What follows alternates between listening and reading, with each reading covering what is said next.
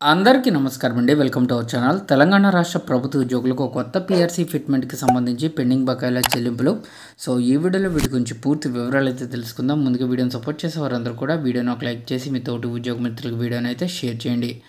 ఛానల్ని ఫస్ట్ కనుక విజిట్ చేసినట్లయితే తప్పనిసరిగా సబ్స్క్రైబ్ చేసుకుని పక్కన ఉండే బెల్ సింబల్ని యాక్టివేట్ చేసుకోండి. రాష్ట్ర ప్రభుత్వ ఉద్యోగులకు 44%తో ఫిట్మెంట్ ఇవ్వాలి అని చెప్పేసి ఒక ఇంపార్టెంట్ అప్డేట్ అయితే రావడం జరిగింది.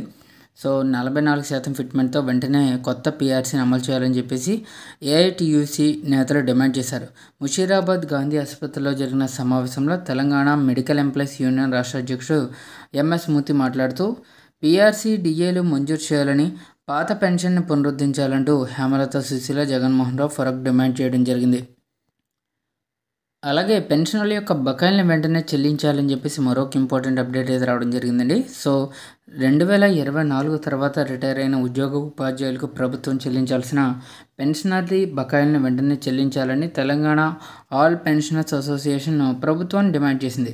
సో నేడు పెన్షనర్స్ భవన్లో జిల్లా అధ్యక్షుడు కె రామ్మోహన్ రావు మాట్లాడుతూ రాష్ట్ర ప్రభుత్వం ఉద్యోగులు దాచుకున్న ప్రావిడెంట్ ఫండ్ కూడా ఇవ్వడం లేదని వ్యాఖ్యానించడం కూడా జరిగింది. సో ఈ విధంగా ఉద్యోగులకి సంబంధించి పెండింగ్లో ఉన్నటువంటి బకాయిలతో పాటుగా తెలంగాణ రాష్ట్రం ఏర్పడ్డాక వచ్చేటటువంటి రెండో పీఆర్సీని as soon as possible implementation చేయాలని చెప్పేసి అడుగుతున్నారు. సో ఇదండి వాళ్ళ ఎంప్లాయీస్ సంబంధించిన తాజా updates. For more updates subscribe to our channel. Thanks for watching. Have a nice day.